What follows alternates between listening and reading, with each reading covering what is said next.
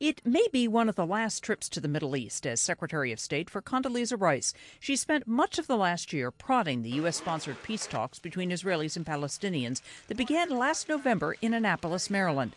She says the process will eventually yield results if it's continued after President Bush leaves office. The Annapolis process is vital, and it is vibrant, and it is continuing. And I am quite certain that carried to its conclusion, it will produce a state of Palestine. Rice has met with Palestinian leader Mahmoud Abbas a day after speaking with outgoing Israeli Prime Minister Ehud Olmert. The original goal of the peace talks was to have a deal in place by the end of this year. The White House acknowledges that's no longer a realistic prospect. But Rice says her focus now is to ensure a continuation of talks with Israeli elections on the horizon and a new administration in Washington.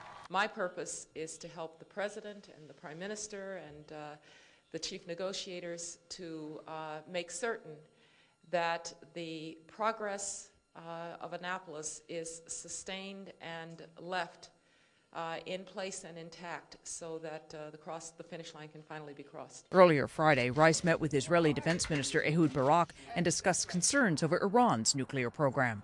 Diane Kepley, The Associated Press.